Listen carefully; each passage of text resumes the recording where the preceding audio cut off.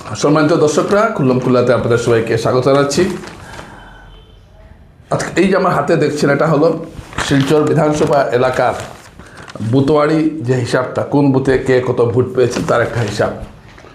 তো এর আগে আমি একটা কথা বলে নিই, আমার যে বিশ্লেষণগুলো আপনারা দেখেন খুল্লম খুল্লাতে, বা আমি ঈশান বাংলাতেও করে থাকি, ঈশান বাংলা নিউজ চ্যানেলের আমি চিফ এডিটার, সেখানেও আমার একটা অনুষ্ঠান আছে ইভিনিং শো।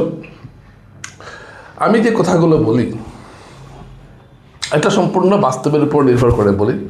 কোনো কোনো সময় হয়তো ভুল হয়ে যায়, মানুষ মাত্রই ভুল হয়, আমারও হতে পারে। যেমন আমি বড়খলায় বলেছিলাম একটা হাড্ডাহাড্ডি লড়াই হবে, হয়নি। কিন্তু বাকি যে জায়গাগুলো আমি বলেছিলাম সেটা মোটামুটি মিলে গেছে। তো সুতরাং সব ক্ষেত্রে যে আমার কথা ঠিক হবে এমন কোনো কথা নয়। এক 2 নম্বর কথা হলো, আমি যখন একটা কথা বলি, আবারও বলছি, বাস্তব গতকাল আমি যেমন একটা কথা বলেছিলাম যে শিলচরে যে পুর নির্বাচন হবে এখানে বিজেপি 35টা আসন পাবে। তো একজন কংগ্রেস আমার খুব ভালো, আমার ছোটো ভাইয়ের মতো খুব শ্রদ্ধা করে আমাকে লিখুন, তাহলে আপনি 42টা কেন 82টা কংগ্রেসকে দিয়ে দিন, এই বিজেপিকে দিয়ে দিন। মানে ওনার কথা হলো যে আমি যেহেতু এটা লিখেছি আমি একটা বিজেপি মাইন্ডেড। তো আরেকজন লিখেছেন যে আপনাকে তো দেখতে নিরপেক্ষ লাগে কিন্তু দেখি আপনি বিজেপি মাইন্ডেড। বিজেপি কেন বিজেপি বলা হচ্ছে? কারণ আমি যেহেতুই বলেছি যে বিজেপি 35টা আসন পাবে, তো বিজেপি 35টা আসন পাবে। তো আমি কেন বলেছি, আমার লজিকটা হলো এটাই যে আপনারা যে ভোটটা দেখলেন গেল, এই যে আমার হাতে সিট আছে, এখানে কংগ্রেস খুব কম আসনে 100-র বেশি ভোট পেয়েছে, যেখানে হিন্দু আসনগুলিতে 100-র বেশি। আমি অপরিষ্কার লেখা আছে, আমি আপনাদের দেখাতে পারি। তো সুতরাং 2.5-3 মাসের পরিস্থিতি এমন আর পরিবর্তন ঘটবে না। এছাড়া আবার এমনও আছে যে আমি যখন একটু হিন্দু ভোট কংগ্রেসের দিকে যাওয়ার একটা সম্ভাবনা দেখা দিয়েছে, বা এতটা আসন বিজেপি জিততে পেরেছে যে এবার এটা ডিলিমিটেশনের জন্য, এসব কথা বলার পর ওখানে নাকি আমাকে বলছেন আমি নাকি কংগ্রেসি। তো আপনারা আমি কি পন্থী, কংগ্রেস, বিজেপি না সিপিএম, এটা আপনারা দেখতে যাবেন না, আমি কি বলছি সেটা দেখুন। মনে করেন আমাকে ভুলে যান, আমি কি বলছি সেটা দেখুন। আমার বক্তব্যের উপরে আপনারা, আমার পরিচয় জানার দরকার নেই, আমার বক্তব্যটা আপনারা দেখুন। আজকে আমি কোন বিষয়ে আলোচনা করতে যাচ্ছি, এটা গুরুত্বপূর্ণ বিষয়। আমি এই যে রেজাল্ট শিটটা আমি স্টাডি করলাম, পুরোটা স্টাডি করে দেখলাম যে আমার মনে একটা সংশয় ছিল যে এই যে শিলচরে যে গত 5 বছরে জমা জল, রাঙ্গির খালের দুরবস্থা, তারপর 2022 সালের ফ্লাড, বিশেষ করে জমা জল, যেটা রাধামাধব রোড, পাবলিক স্কুল রোডের নিচের এলাকা, শরৎপল্লী জুড়ে যে একটা বিশেষ বিস্তীর্ণ অঞ্চল, লিঙ্ক রোডও, এরা গত 3-4টা বছর থেকে জমা জলের সমস্যায় ভুগছেন। রাধামাধব রোডে মানুষের দোতলা পর্যন্ত জল, এখনও এই শীতের সময় তারা জলে ভুগেছেন। বিবেকানন্দ রোড 4 বছর থেকে রাস্তার কাজ হচ্ছে না, প্রতিটি গলিতে জল, সাংঘাতিক বাজে অবস্থা। তো এই দুটো এলাকা, এই অনেক ভোট হবে এখানে। তো আমার ধারণা ছিল যে এই দুটো এলাকার মানুষ হয়তো একটা প্রতিবাদ জানাবেন, তো অনেকে জানাবেন একটা প্রতিবাদ, মানে আমার ধারণা হয়েছিল। কারণ মানুষ তো, আমি যদি আপনার ক্ষুব্ধ হই তো আমি একটা প্রতিবাদ জানাবো না। ধরুন আপনি একটা অফিসে কাজ করেন, আপনি বেতন পেলেন না, আপনি তো বলবেন না আমি বেতন পাইনি, আপনি একটা প্রতিবাদ তো জানাবেন। তো শরৎপল্লীর রাস্তা যখন উঁচু করা হলো স্নাই রোডে, শরৎপল্লীর মানুষ একট্টা হয়ে প্রতিবাদ জানালেন। শরৎপল্লীতে এবং স্নাই রোডের পাশে মানুষের দোকানের মধ্যে জল উঠছে, মানুষের ঘরে জল উঠছে, মানুষ একটা মানে অসহনীয় অবস্থার মধ্যে পড়েছিলেন। তারা প্রতিবাদ জানিয়েছিলেন, ডিসির কাছে গেছেন, বিধায়কের কাছে গেছেন, সাংসদের কাছে গেছেন,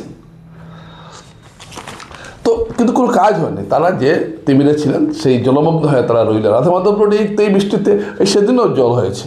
এই বৃষ্টি তো ওই যে আবার যখন বর্ষা শুরু হবে, এখন মে মাস শেষ দিকে হয়তো দেখবেন মানুষ অসহনীয় অবস্থার মধ্যে পড়বেন। তো আমি ভেবেছিলাম যে আমি একজন সাংবাদিকের বাইরেও তো আমি একজন সমাজ সচেতন মানুষ, তাই ভেবেছিলাম যে এই এলাকার মানুষ হয়তো একটা প্রতিবাদ জানাবেন। প্রতিবাদ জানিয়ে যে তারা কংগ্রেসকে ভোট দেবেন এমন নয়, হয়তো তারা অন্য কোনো নির্দলকে ভোট দিতে পারেন, বা নটাতেও ভোট, একটা প্রতিবাদ তারা জানাবেন অন্ততপক্ষে ভোটের বাস্ক। কারণ ভোটের বাস্কটা হলো গিয়ে পাশ ফেলের একটা হিসাব নিকাশের জায়গা, হলো ভোটের বাস্কটা। তো দেখলাম কি, আমি পুরো সিটটা স্টাডি করার পর আমি দেখলাম যে আমি আশ্চর্য হয়ে গেলাম যে সবচেয়ে বেশি ভোট বিজেপি পেয়েছে এই অঞ্চলগুলিতে। আমি প্রমাণ দিয়ে দিতে পারি, সবচেয়ে বেশি ভোট পেয়েছে অঞ্চলগুলিতে।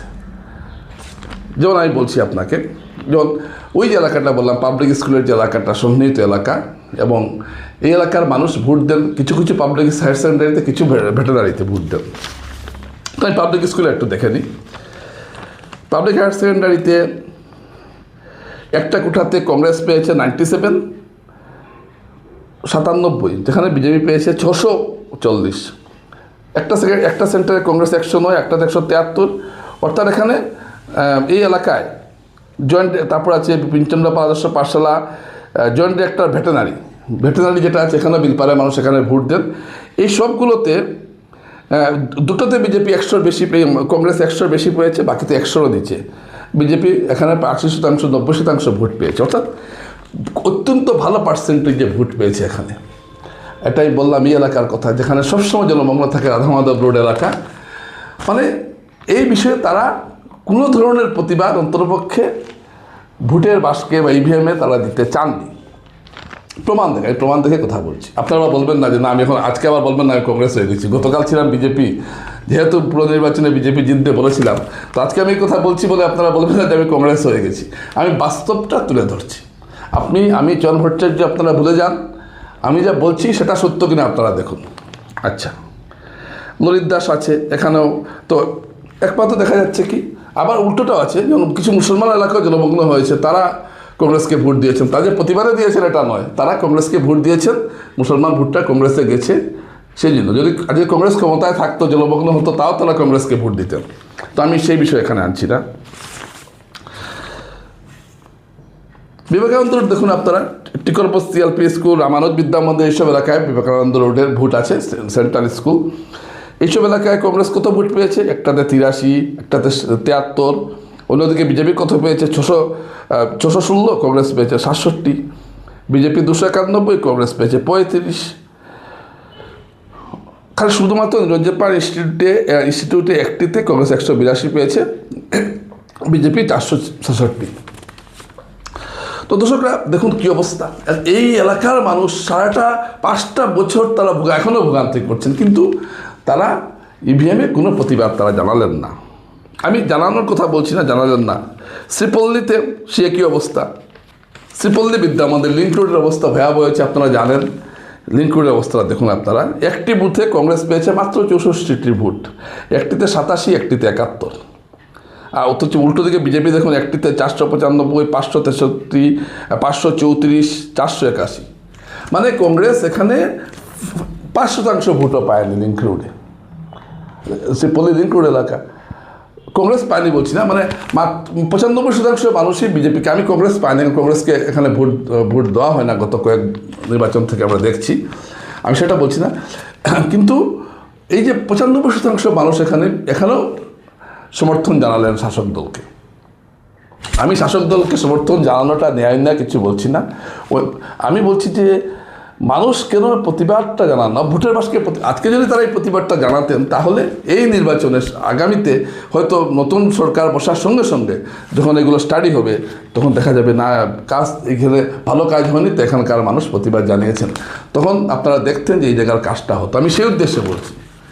সরকার পরিবর্তনে লিঙ্ক রোড আর রাধা মাধব রোডের লোক ভোট না দিলে বিজেপি সরকার হবে না, এটা কোনো কথা নয়। বা রাজদীপ রায় জিততেন না, বা শিলচর থেকে বিজেপি জিততেন না, এমন কোনো কথা নয়। বা অর্ধেক ভোটও যদি হতো, তাহলে 95% মানুষ যারা নিজেরা সারা বছর জলমগ্ন রইলেন, যারা সোনাই রোডের মানুষ, যারা রাস্তা উঁচু করায়, জাতীয় সড়কটা উঁচু করায়, তাদের বাড়িতে জল ঢুকছে, তারা এই বর্ষাকালে কোথায় যাবেন, ব্যবসা পাতি সব লাটে উঠেছে, তারা ভোটের সময় একবার চিন্তাও করলেন না যে আমরা একটা প্রতিবাদ অন্তত পক্ষে জানাই। দেখুন, গণতন্ত্রের প্রতিবাদ জানানোর সবচেয়ে উপযোগী ভাষা হলো ভোট। রাস্তা অবরোধ আছে, মেমোরেন্ডাম আছে, বিধায়কের বাড়িতে গিয়ে আছে, সাংসদের বাড়িতে গিয়ে কথা বলা যায়, মুখ্যমন্ত্রীকে মেমোরেন্ডাম দেওয়া যায়, মামলা করা যায়, আছে। কিন্তু ভোট দেবেন না, এই যে একটা প্রতিবাদ। এই রাধা মাধব রোডের কিছু যুবক বললেন তারা ভোট বয়কট করবেন। যারা বললেন ভোট বয়কট করবেন, এবং তারা নিউজ আমরা করলাম, এবং নিউজ প্রচুর ভাইরাল হয়েছিল এই নিউজটা। আর তারা কোথায়? আজ তো রাধা মাধব রোডে 95% বেশি ভোট শাসক দল পেয়েছে, তার মানে কোনো প্রতিবাদ নেই। অর্থাৎ আগামীতেও যারা নির্বাচিত হবেন তারা একইভাবে তাদের ইচ্ছে মতো কাজ করবেন। এই এলাকার মানুষ যদি দুর্গতিতে থাকেন এবং যদি তাদের উদ্ধার না করা হয় তাহলেও তারা কিছু বলতে পারবেন না, কারণ এটা প্রমাণিত হয়ে গেছে যে এই এলাকার যে লোকজন আছেন তারা যদি আরও 5 বছর জলমগ্ন থাকেন, এভাবে থাকেন, তাতেও কিছু আসে যায় না, ভোটের ক্ষেত্রে কিছু আসে যায় না। আর যেহেতু ভোটের ক্ষেত্রে কিছু আসে যায় না, তাই তাদের প্রতিবাদের কোনো দাম থাকবে না। এখন মনে করুন তারা প্রতিবাদ করবেন, আমাদের ডাকবেন যে আপনারা আসুন, আমরা প্রতিবাদ জানাচ্ছি, তো আমরা যাব, আমাদের কাজ আমরা যাব, আমরা ভিডিও দেখাবো, নিউজ করব যে না আমাদের জলমগ্ন মানুষ প্রতিবাদ জানাচ্ছেন, এই শেষ। তো শাসক দলও বুঝবে এটা যে না এই প্রতিবাদ যে জানানো হচ্ছে এটা আচ্ছা জানাক, ঠিক আছে, এটা ভোট এলে আবার ভোট দেবে। তো যখন একটা লোক ভোট এলে যখন ভোট দিচ্ছি তাহলে আমি কেন কাজ করব? কোনো দরকার নেই কাজ করার। সুতরাং আমি আজকে কিন্তু দুঃখের সঙ্গে কথাগুলো বলছি যে আমি কোনো দলের পক্ষপাতিত্ব করছি না, এবং তোর পক্ষে আমি একটা আশা বাকি যায় না।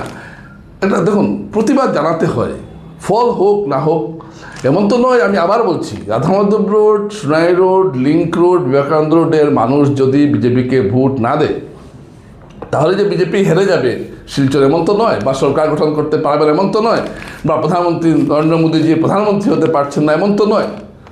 লিঙ্ক রোডের মানুষ থোড়াই প্রধানমন্ত্রী বানাবেন, কিন্তু একটা প্রতিবাদ তো তারা জানাতে পারতেন। তাই যে প্রতিবাদগুলোর মাধ্যমে হয়তো অন্যরা এখন যিনি বিধায়ক হবেন তিনি হয়তো বুঝবেন না কাজ না করলে এই ফলটা পেতে হয়।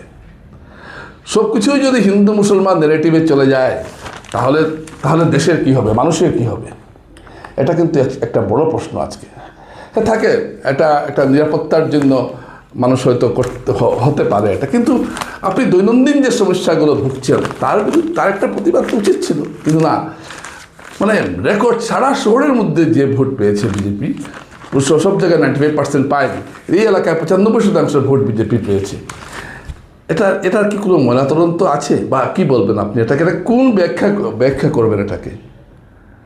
মানে বিন্দুমাত্র প্রতিবাদ দেখান। যদি ধরুন কংগ্রেস যদি বা বিরোধীরা যদি এখানে 30% ভোটার পেত তাহলেও বুঝতাম যে না এখানে একটা প্রতিবাদ হয়েছে, বা শিলচরের অন্য জায়গার যে চিত্রের সঙ্গে একটু আলাদা, এখানে অন্য জায়গার চিত্র থেকে তো আলাদা নই, বরং এখানে আরও বেশি করে সমর্থন জানানো হয়েছে শাসক দলকে।